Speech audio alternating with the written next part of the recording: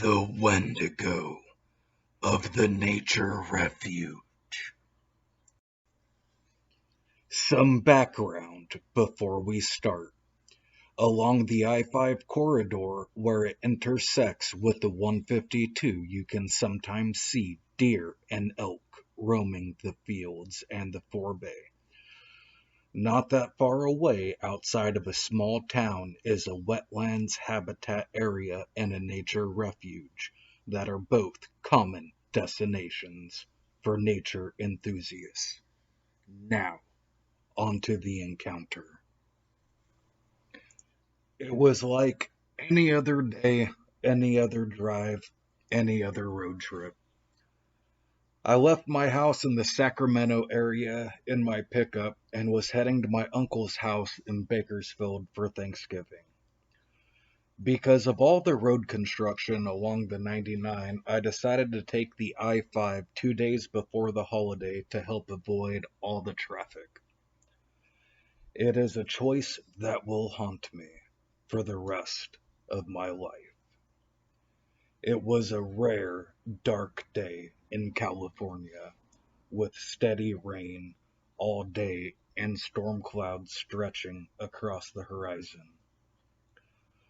There was not that much traffic at all, and with the roads slick and flooded in many spots, I was driving around 50 miles per hour.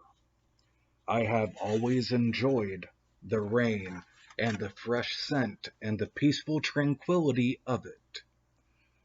I was listening to the Let's Talk Resident Evil podcast. It was the newer episode talking about the newly released Resident Evil Village.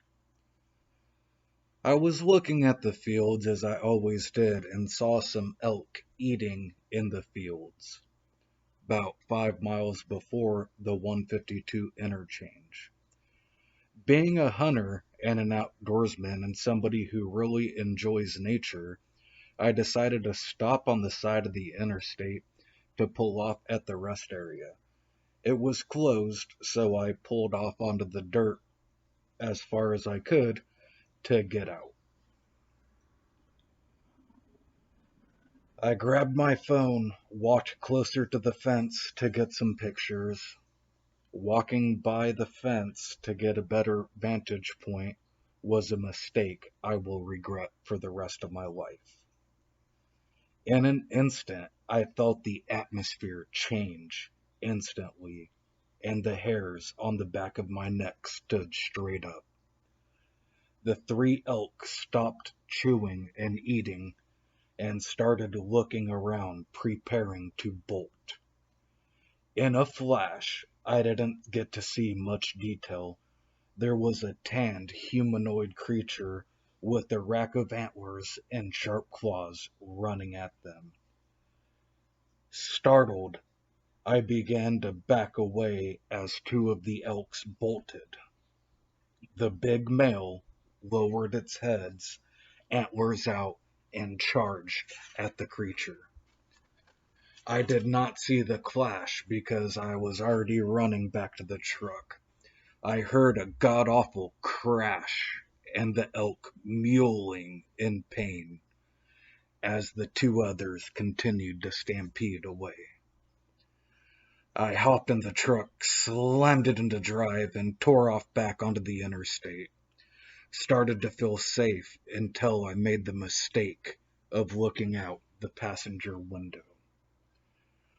The creature was there, easily keeping up with my truck. I looked down at the speedometer to realize that I was going around 60, so I floored it. And whenever I looked back over, I saw a flash of red eyes as they began to fall back, and saw it reach up and throw something at my truck. It was only then, in horror, that the severed head of that poor elk landed on the hood of my truck, its eyes open in fear and pain, its tongue hanging out like it was screaming, and its antlers were broken, shattered, and half of them were missing. It left a smear of blood as I swerved slightly to get it off the hood of the truck. The heavy rain washed the blood off. Hours later, I made it to my uncle's, my nerves finally settled. I vowed to never stop in that area again, and what I saw will haunt me forever.